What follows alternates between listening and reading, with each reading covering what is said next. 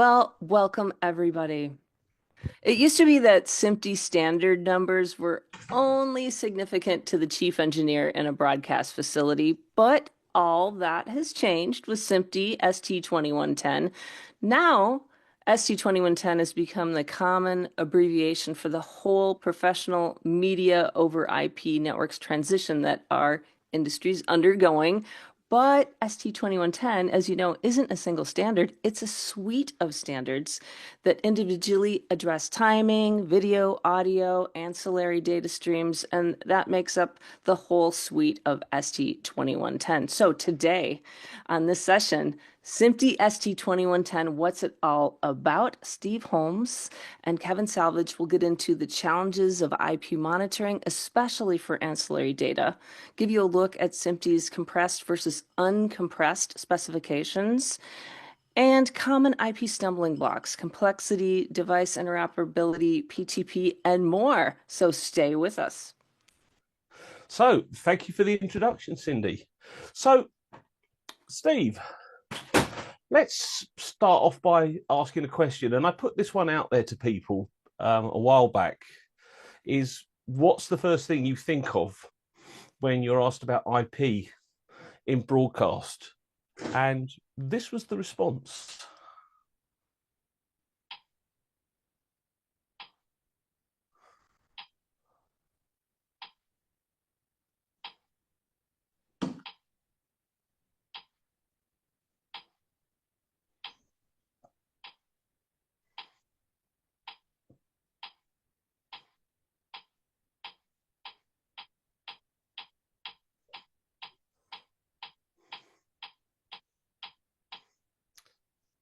Just a couple of things there, Kevin. There are, but the one that most people mentioned and is the title for our session today, SMPTE 2110.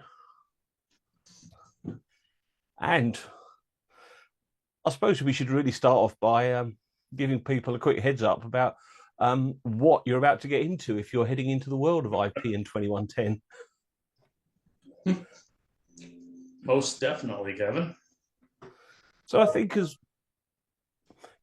it's very unlikely that you're going to build a brand new greenfield or brownfield site that's going to be completely IP. And even if you do, I bet there's going to be that SDI cable in there somewhere.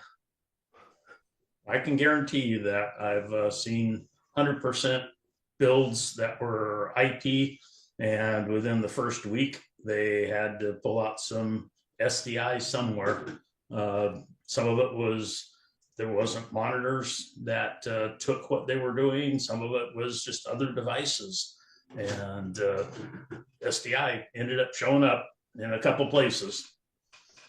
So obviously, our customers are going to have some form of migration. And it's probably a good point to start off with explaining the fundamental differences between SDI and IP. Most definitely. So SDI, we've been using it now for over 30 years, and it's extremely reliable, robust, and incredibly well behaved, isn't it, Steve? It is. It is. But it's been around for over 20 years. So it should be pretty well behaved and pretty well understood. So you'll hear us describe things as being synchronous, deterministic, and it's still a fantastic transport mechanism, isn't it, for moving content from one point to another. Yeah, and it's for the most part pretty much plug and play. You take two ends of a piece of coax, plug them in, and voila, everything's there. IP, on the other hand, is a little bit more kind of, well, the great quote I saw is that obviously we're using packets now, and packets arrive when packets arrive. Yes. Yeah, a IP switch is a statistical multiplexer on its output, really, because you've got video, audio, ancillary data, maybe other traffic. If you're using, more than one service coming down that pipe coming into you, and a packet can only go out the door from a single device. And if two packets come up at the same time, somebody's got to get in front of somebody else. So there's some differences that will happen randomly in IP because you can't get out the door when you want to, and you got to get behind the packet in front of you. So obviously this is going to be a challenge in our world of TV, where we have cameras that acquire content frame accurately, and it works all the way through the broadcast chain to a consumer's device that again is going to be viewing those frames sequentially and accurately. So yeah, packets arrive when packets arrive. We can get away with for emails and files and stuff like that, but this is now going to be a bit more of a challenge. Yeah, there has to be constraints around how much of that arrive when it arrives can we put up with a video realm. So as we said, SDI content arrives continuously. We have traffic flows, and they have moved from 1.5G to 3G, 6G. Some people listening to us now are probably using 12G SDI. So the only thing we've had to worry about when it comes to SDI is we use the term the quality of the road. So it's the cable, it's the connectors, it's the distance that we're putting these signals over. And that's where tools like iPattern and jitter measurement have become synonymous with the chief engineer when he's looking at signal quality within a facility. But when we move to IP, Steve, things change, don't they? They most certainly do, Kevin. Now, our road can get a little more congested. And that's a common theme you're going to see in the next 45 minutes or so, that congestion is probably our worst enemy. So to kind of summarize this, an SDI error that occurs with only one pixel is probably going to be almost impossible to spot within a picture. Yeah, because it's only going to change the value of that pixel. The chances of the pixel going away is astronomical. But you take an error, and all you're going to do is imperceptibly change the value of that one pixel. When you've got 2 million some odd pixels making a HD or 3G picture, it's one pixel that just barely changed value, you'll never see. On the other hand, if you drop a packet, yeah, that's going to be pretty obvious. Yeah, because receivers are going to do one of two things. Actually, most receivers absolutely go black because everything is shifted by a quarter of a line in a 1080 picture. So one IP packet is a quarter of a line of video in 1080. And as you can see, Lady Liberty scooted to the left. This is not a picture that I took in and edited.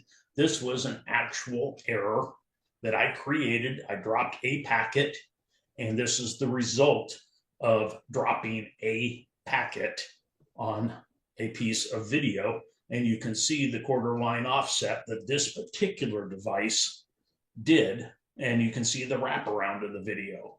So we have to manage that because there is so much information in a single packet. Yeah. So SDI video, we've all grown up with it. We know how it works. We know what to look for. But we're now moving into a world where, the 7 layer of the OSI model, that's what we're about to go into. It's going to bring us incredible flexibility, but with it, it's going to bring us a different set of tools that we need to understand when it comes to analyzing and monitoring these networks. Yeah. I don't want people to think that we're poo-pooing 2110. We are not at all.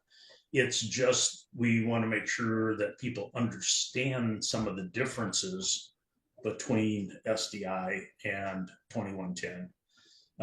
2110 opens the door, like Kevin just said, for flexibility and being able to do things. You've got a cable, a piece of glass going from point A to point B that has not unlimited bandwidth, but has horrendous bandwidth that we can utilize.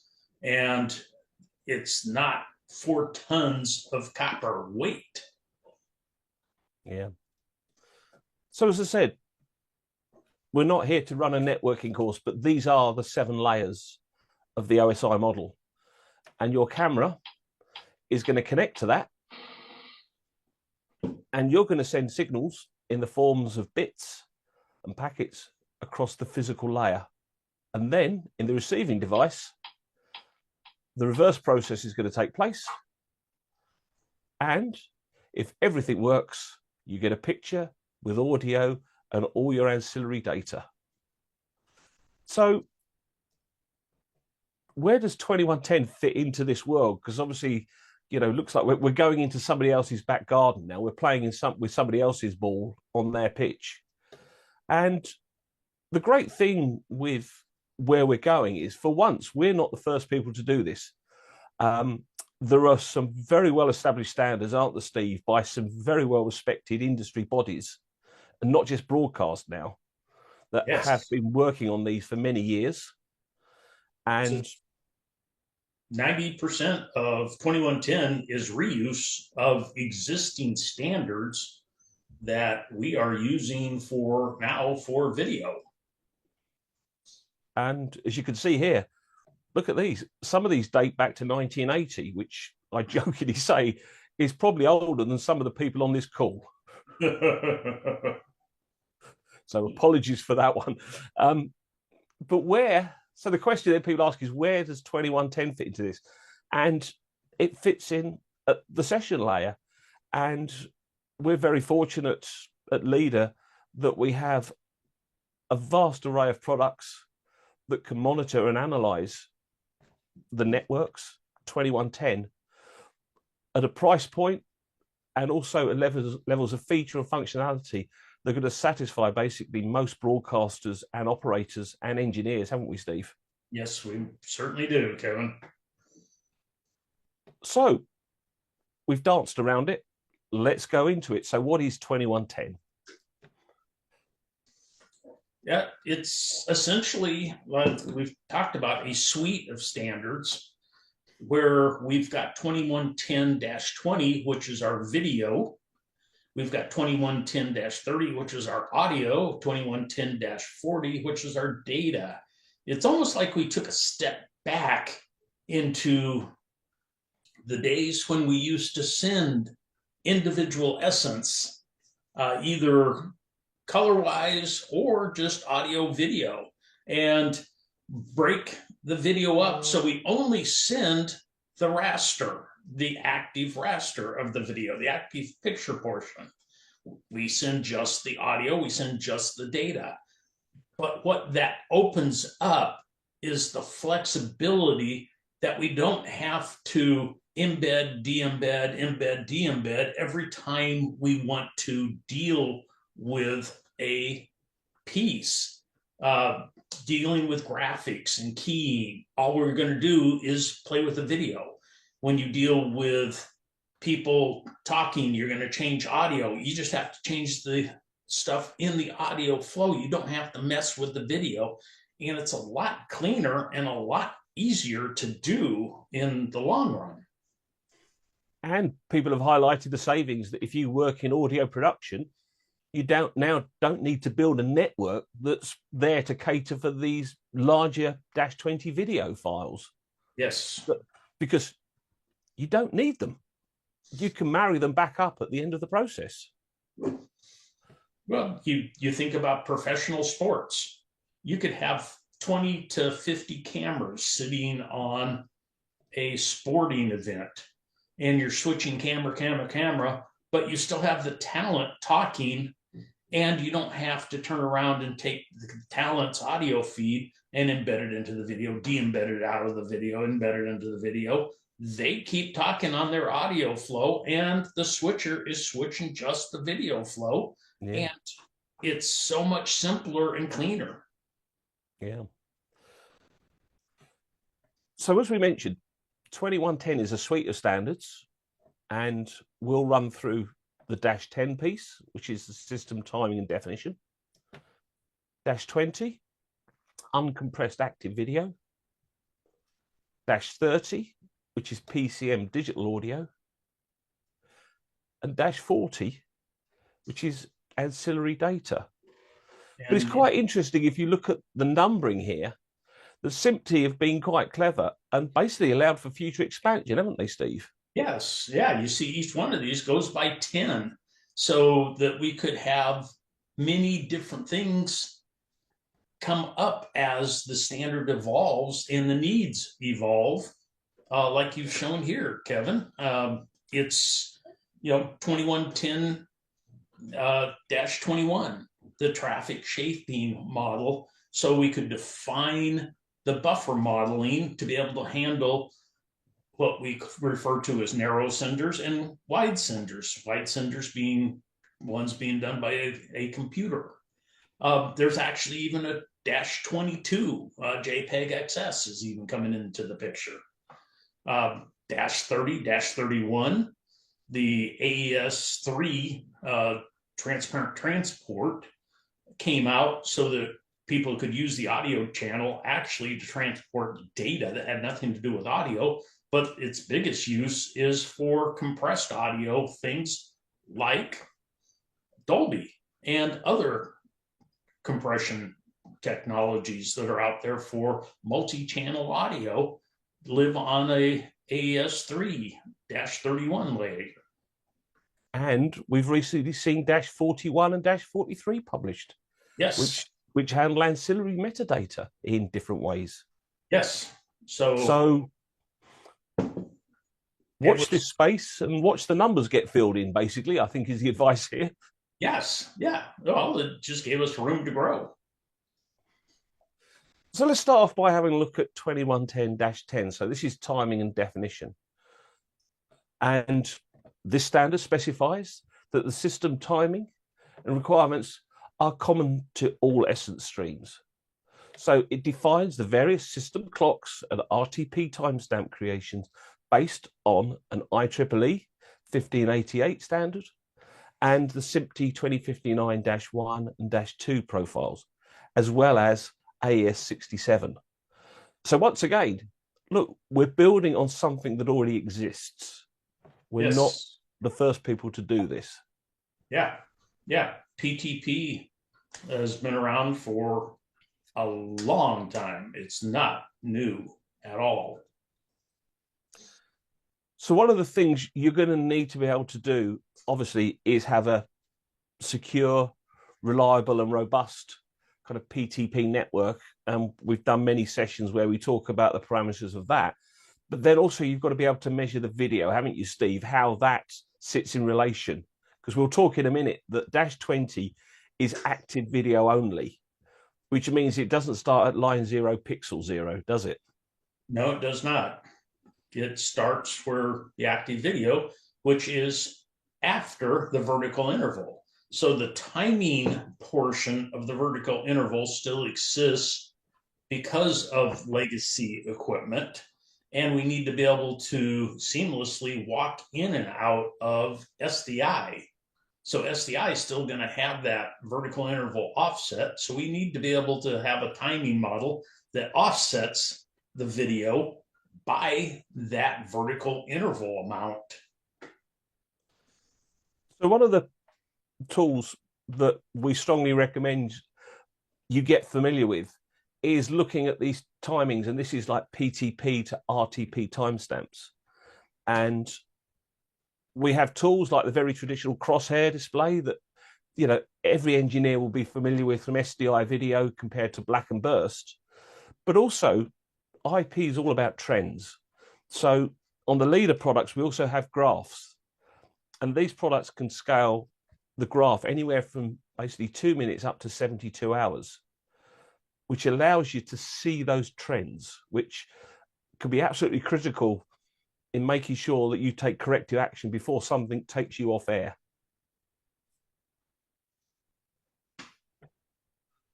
Yeah. And as Steve alluded to here, if you're in a world where you've got both SDI and IP, they've got to be synchronized together.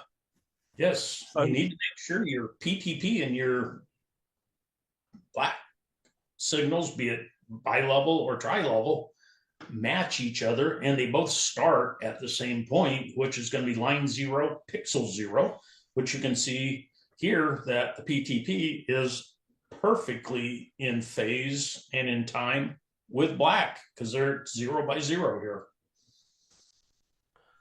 Then we've used the same graph, the same tool that everybody's familiar with, but now we're doing PTP RTP phase.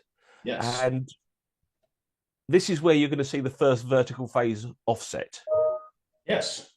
Yeah. And so just depending on the frame rate that you are going into, you're going to have the vertical line offset of, at least for my side of the pond, if it's 1080i, 1080p, it's going to be, 1080i is going to be 21 lines out. 1080p is going to be 42 lines out. And UHD is the same as 3G, which is 42 lines of offset for that vertical interval. So that's when your time of the picture starts for pixel 0, line 0. And again, you can see it here on the graph showing PTP to RTP comparison. And there's one other graph that we've added, which is PTP to first packet arrival type. So we'll go into this a bit more when we get onto the timing in Dash 21. But again, with these three tools, you can very quickly and easily check the health of your system. Do my reference signals and my video, audio, and ancillary data, are they correctly timed? And you can see it on these graphs very simply. Yeah, I can't tell you. So first packet time is the time, and we'll look at it in a little bit more. But that's reading the data into the buffer. So because IP has that little bit of wiggle of the packets, we actually have to buffer the data to be able to absorb that movement of the packets and have a clean output that we'll look at in just a little bit. And it's when is the time going into that network, and when that I'm reading into that buffer. And it's very important to be able to look at the RTP timestamps, because that's the timestamp of when that video frame was created. But am I reading into the buffer at the proper offset? And things will go. So that leads us on to a nice little tool that I've not seen on any other products apart from the Leader 56 and 7600. And it's a mode called timestamp mode. And Steve, I think this is one that you've used on numerous occasions, haven't you, to fault find? Most definitely, because believe it or not, the timestamps, the RTP timestamps or the first packet time are the equivalent of, if you're looking at your waveform monitor and you externally lock it, is the video stable? Is it rolling? Is it the time offset exactly where it should be so everybody is in time? And with this timestamp mode that we have in the waveform monitor, a lot of people think that, okay, I'm going to put the video into these devices and I'm going to use PTP to do that. But a lot of devices basically FIFO the video in if they don't have to manage the video.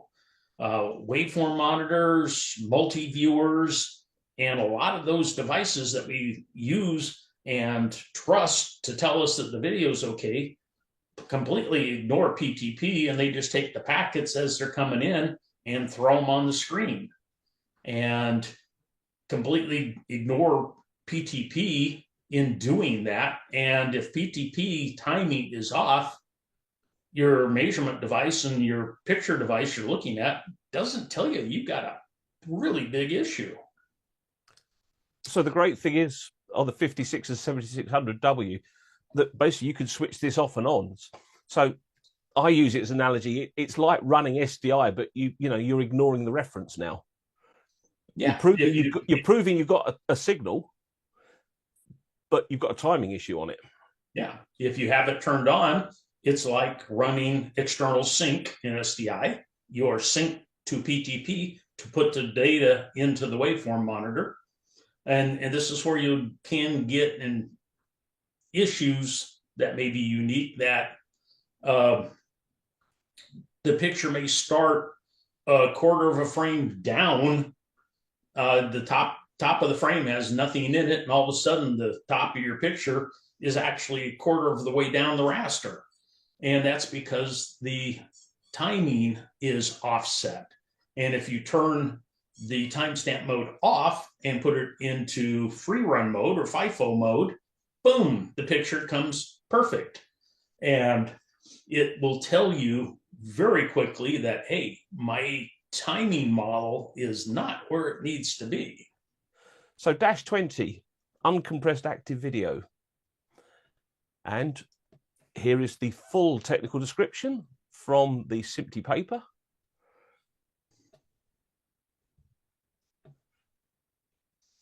And I still find this amazing, that the simplest way to explain this is to put up an analog waveform, Steve. It is. So do you want to explain on the left-hand side and then how that matches onto our analog waveform? Sure. So you'll see a little black box in the top left corner of the green of the active video, and that's the start of active video for the first line in the frame. So that would correspond to the left side of our waveform, and that would happen all the way down to the bottom. And then once we get down to the bottom, we put another little marker in there. It's called an M bit that says, hey, I've hit the end of the frame, which would correspond to the far right-hand side of the last line of video. And that tells the 2110 system, okay, now the next packet I get of video is going to be for the first line of video for the next frame of video, but it's only for that active green area. The data that's in the vertical interval, what we commonly call the VANC, vertical ancillary data space, the horizontal ancillary data space, that is going to be handled in your dash 40 flow, unless it's the audio that would normally be in the horizontal interval, and that will go in your dash 31 flow or dash 30 flow. So that's what we mean by active picture. Now, 2110-21, and we could probably spend the next 2 days talking about this one, but let's try and summarize it very concisely, Steve. So this is the traffic shaping and delivery timing for video. And the standard has defined 3 models that we're going to work to. So this is how senders and receivers should behave. Yes. And take it away, Steve. Okay. So what you're looking at is a gap between each one of these groups of packets, because we still have the time of the vertical interval. So at the beginning of the green packets is the start of the frame. To the end of the frame, we've got that vertical interval. We're going to wait and not send any data. Then we start the next group of packets. And that happens, but then we need a buffer that is going to buffer that data so that we have a smooth train of continuous data to actually build the picture. And that's what 2110-21 is about, is defining that buffer model and defining that timing, defining the offset of the video and where things go.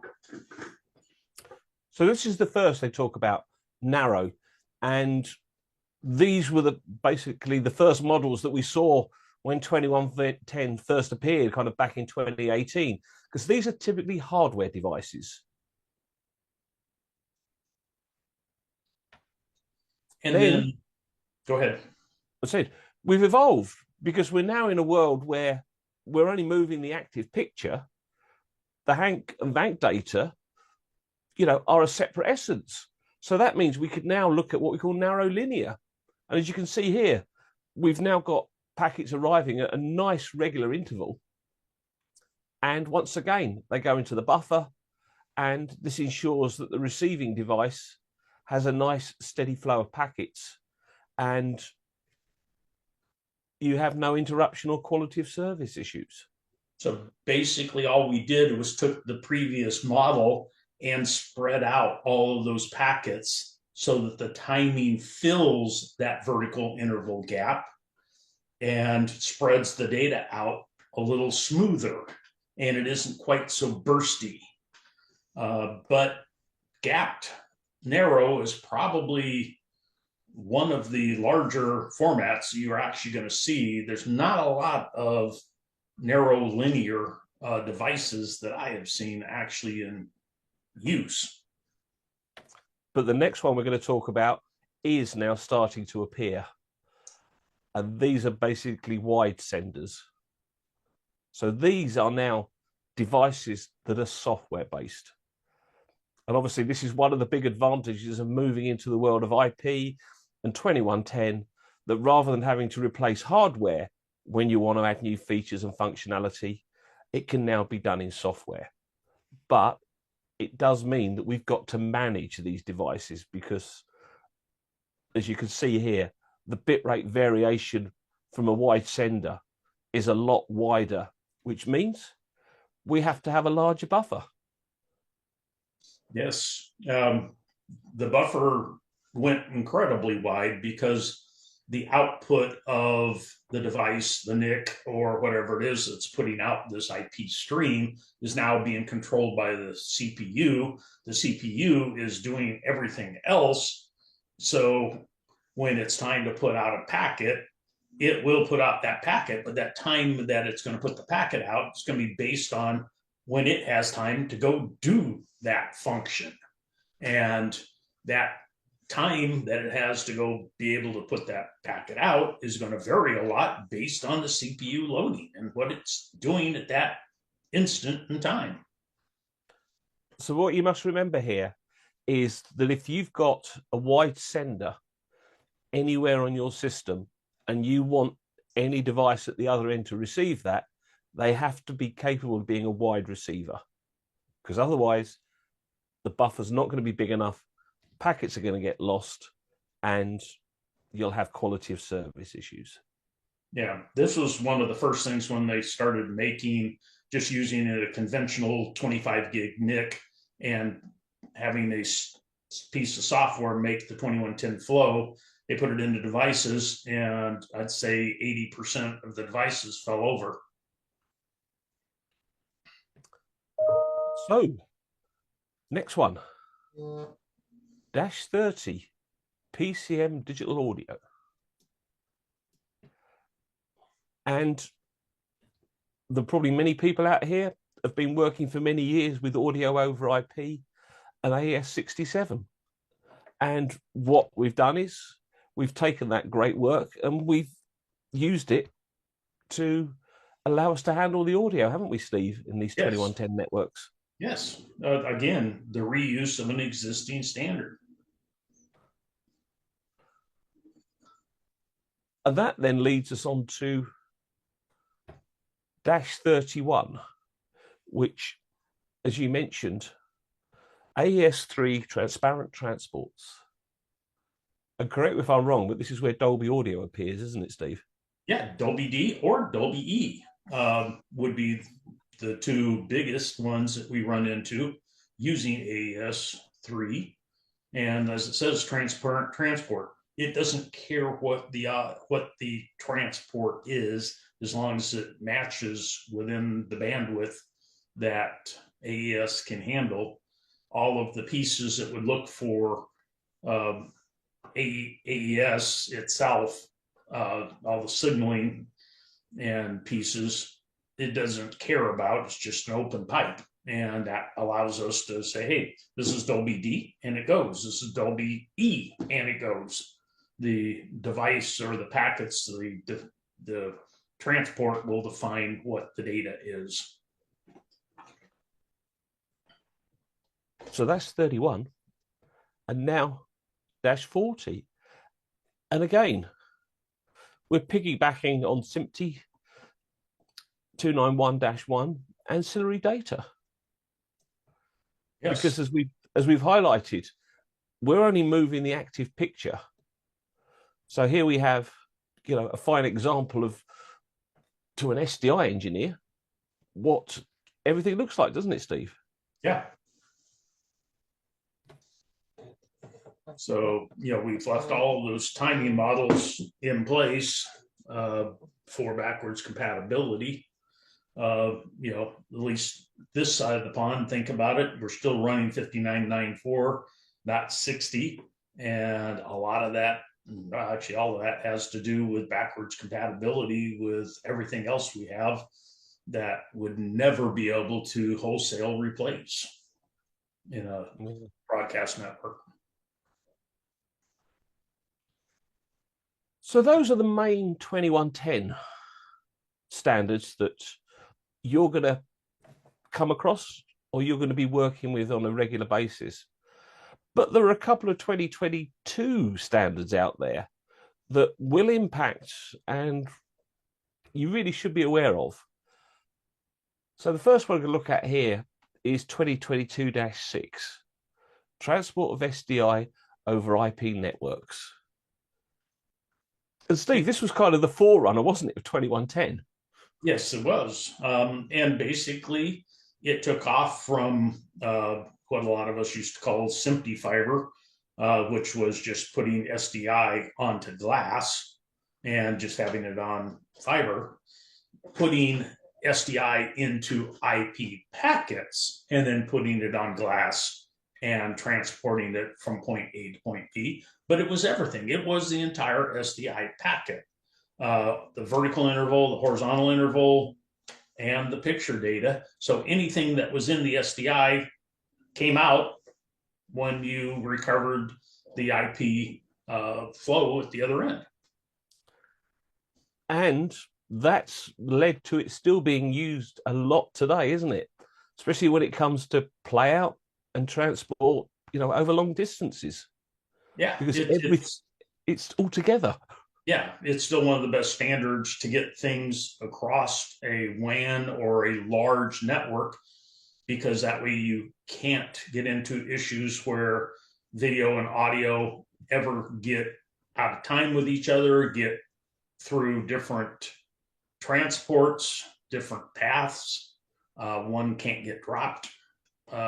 So it gives us the ability to have all of the benefits and features of 2110 within a smaller confined space where we can control everything that happens.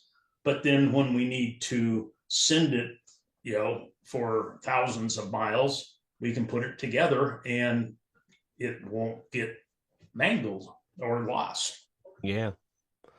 So, don't think just because it's the oldest of the standards here when it comes to transporting video, audio, and ancillary data, that it's not relevant.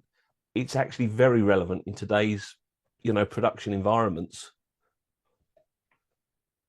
The other one, 2022-7, seamless protection switching of RTP datagrams. And it's deals with the whole reason we end up with typically what we're calling today red and blue networks. And it gives us the ability to cover that quarter packet that would be devastating if it got dropped. And it just seamlessly walks in and says, hey, if a packet's missing or out of time, I'm just going to take it from the other side. And it just sits there and goes back and forth. So here we have an example where we've got our sender, and it's a -7 capable sender. So it's creating two streams, our red and our blue, which are going out into our red and blue networks. And then we have our RTP receiver. And the great term, I love it, the packet picker, Steve. I really like that expression, which basically selects the first packet that arrives and then creates a single stream. Yes. And if you have a network that is running correctly on both the A and B, or red and blue, the output of that packet picker should be about a 50% loading. So 50% of the packet should be coming off of the red, 50% of the packet should be coming off of the blue. The blue network is not a backup network. They're both exactly the same networks. And it, as Kevin said, it's the first packet that comes in, and we're getting down to microsecond timing here, or even finer, that come into the front door of that packet picker. And that's the packet that's going to go out the door. And then, Kevin, what happens? We have a network failure. And in this case, those packets are either errored or they are missing. And the packet picker, because it's just going back and forth, who's first, it doesn't see those red packets there. So it just walks over and grabs the 3 packets from the blue network, 2 of which it was already going to take anyway, or 1 of them, and it replaces 2 of those red packets with the data from the blue seamlessly. It just says, hey, you got here first, that's who I'm taking. So this is one of the things I always recommend. People ask me, so this 2110 stuff does actually work? We're broadcasters. We have to design systems to expect the most unexpected thing to happen at the most inopportune moment.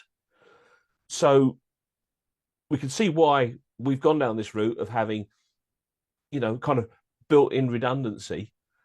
But the other reason for this is, with these IP networks, you're now moving into a world where software updates will come at you like London buses.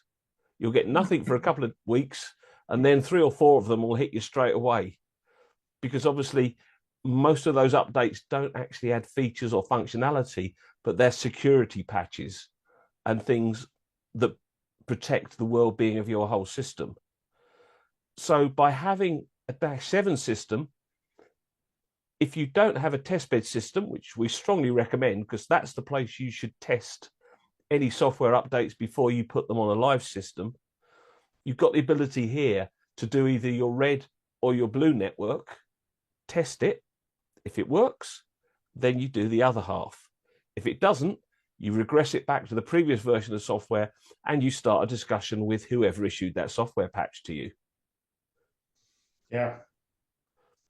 The other thing that you have to watch out for as the user of this 2110 network is it doesn't tell you, the devices on the receiving side don't tell you, hey, I'm taking all my data from the red, or I'm taking my data from the blue, or I'm taking it from both.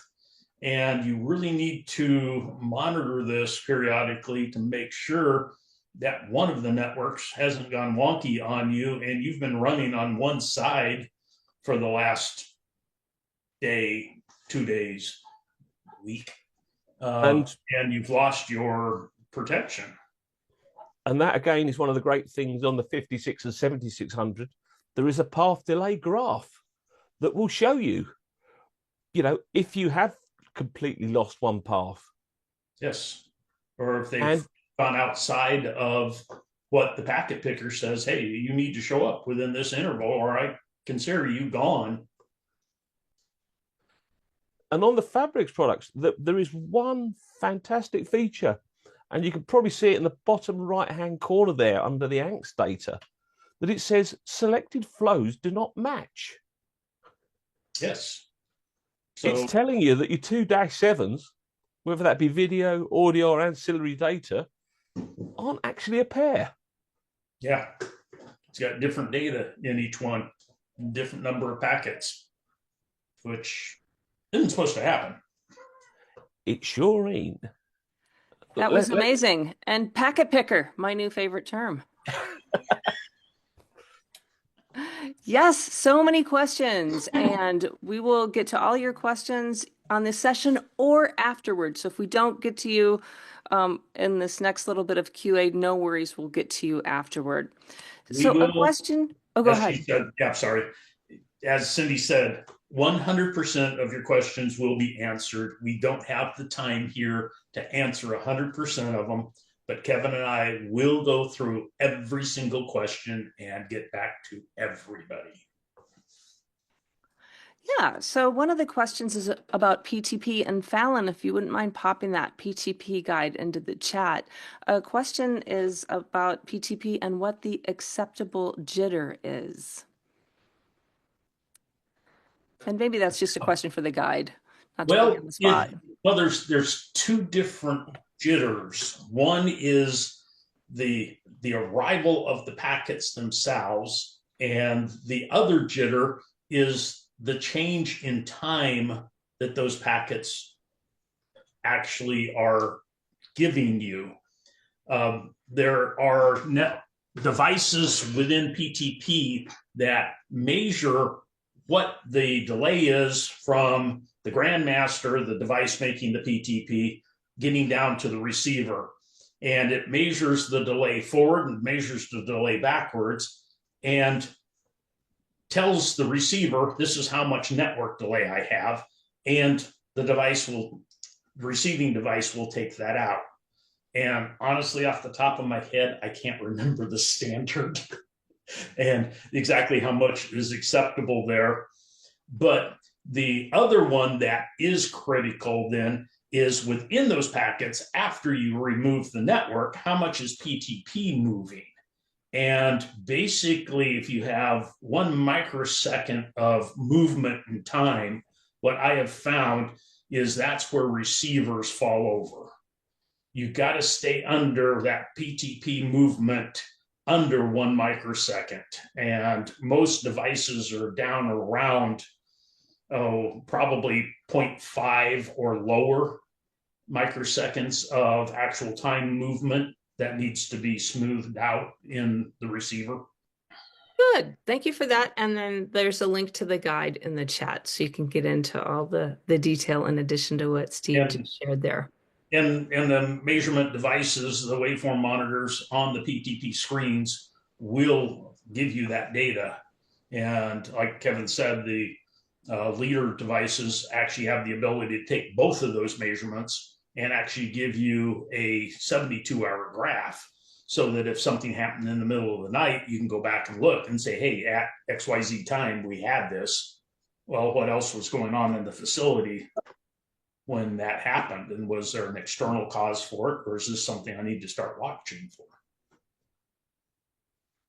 All right, another question. In the government space, we have a requirement to encrypt all IP traffic. Is encryption included in the 2110 standard? We're researching right now the switch from SDI to 2110. No. There's a whole body of work going on about security around these networks. But no, it is not encrypted.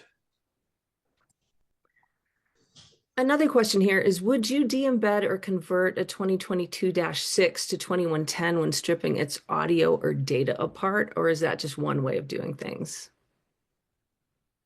Run that by me one more time, please. Yeah, would you de-embed or convert a 2022-6 to 2110 when stripping its audio or data apart? Probably not. No, okay. Okay, there's no reason to go to another standard just to do that one function. It's going to be done the same way that we have de-embedders now that we use in SDI. There's no reason to go to a 2110 to get those apart from each other and go back. But that is one of the nice things that 2110 does allow us, that we only have to deal with that one flow. We don't have to de-embed and re-embed. So is seamless protection an absolute necessary? At what point do you duplicate the stream to stream A and stream B? Where in the data transmit pipeline do you break out the packets? It's in the device. If it's a playout server, the playout server is going to make two identical paths with different multi addresses, and those are going to go from origination to termination. Is it necessary? Yes, only because of how catastrophic a single packet error is. And you need to remember that IP switches do not transport a corrupted packet. If you have a corrupted packet come into a switch, the switch throws the packet away. And if you really think about it, it's a necessary thing to do in IP, in that it may be part of the address field that's actually corrupted, and all of a sudden the video could actually show up on top of somebody else's video. And I always term it that, think about watching TV at home, and the last thing you want is your kid sitting there watching Sesame Street, and then all of a sudden you get a change in just the address of a different field, and all of a sudden the woohoo channel shows up on top of Johnny, and Johnny goes running to Mama going, Mama, what's that? And think about most of us have direct deposit in our paychecks, and if you have that error in direct deposit, there are protocols within that they can go back and forth and take care of. So we have to drop the data in a switch. There is no way to not drop the data and have it be reliable. The stock exchange, you don't want, you bought this and you come up with a completely different stock. I have got a question here that seems just right on point with both of you, Kevin and Steve. How does PTP handle Grandmaster failover in a SMPTE ST2110 network, and what best practices should be followed to avoid sync disruptions?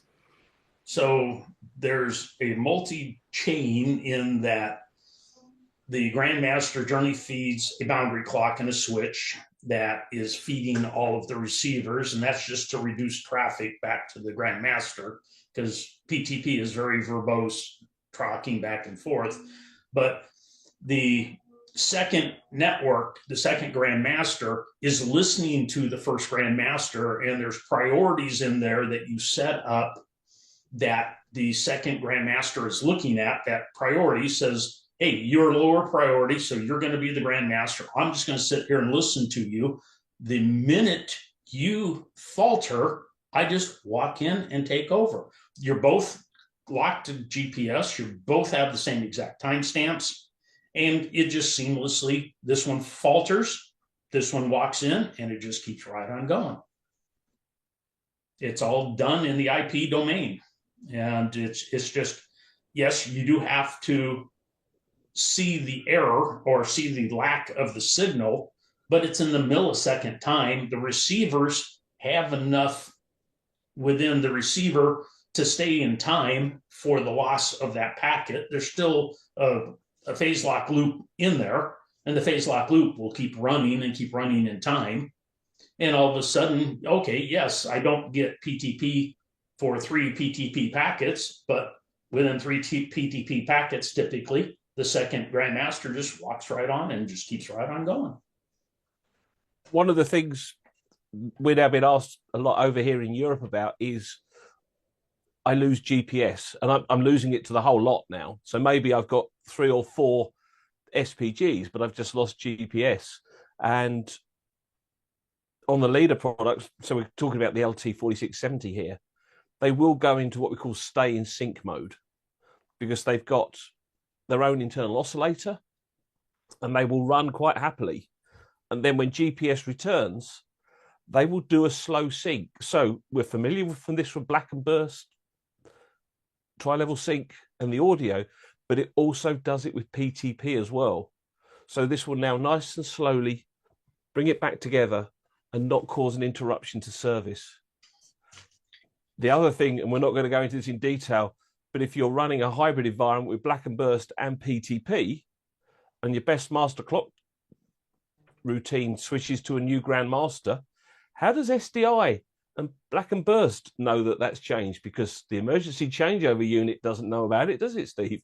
No, it does not. So it needs to be told that, hey, my grandmaster has walked over to the second unit for some reason, and you want to walk your ECO over to that same unit. So you really want your ECO to switch to backup, so that when the maintenance engineer goes in to figure out what's wrong and he takes that SPG out, you don't get the hit from crashing the SPG on all your black signals. You want PTP to walk over to the second grandmaster. You want all your black and SDI walk over to that second SPG. And then when it's fixed, you want them both to walk back. And there are things in place within the Leader product to be able to do that for you. This was such a good session on ST2110. What's it all about? We have more questions. We're going to circle back to you offline and take care of all of your questions. Yes, there's a replay. All of this will be available to you. Steve and Kevin, you're amazing. Thank you so much for all the great info. Yes, Cindy, thank you. We will be posting this presentation on the Leader YouTube sites in the States and in Europe, and have it there for you after this presentation. Excellent. Well, thank you everybody for joining us. As I said, if you think of any questions that we maybe didn't cover here, I think most of you have got Steve and I's contact details. So ping us a mail. We'll be more than happy to look at them. If there's a subject that you think would benefit from Steve and me having a chat for an hour, let us know, because it's actually quite fun putting these together. And hopefully, you know, we're here to educate and inform and have a bit of fun along the way as well, aren't we? Yes, yes. You got to make work enjoyable and fun. Otherwise, it's not. So thank you, everybody, once again. And keep a lookout, because we'll be back with another subject very soon, won't we, Steve? Yes, we will.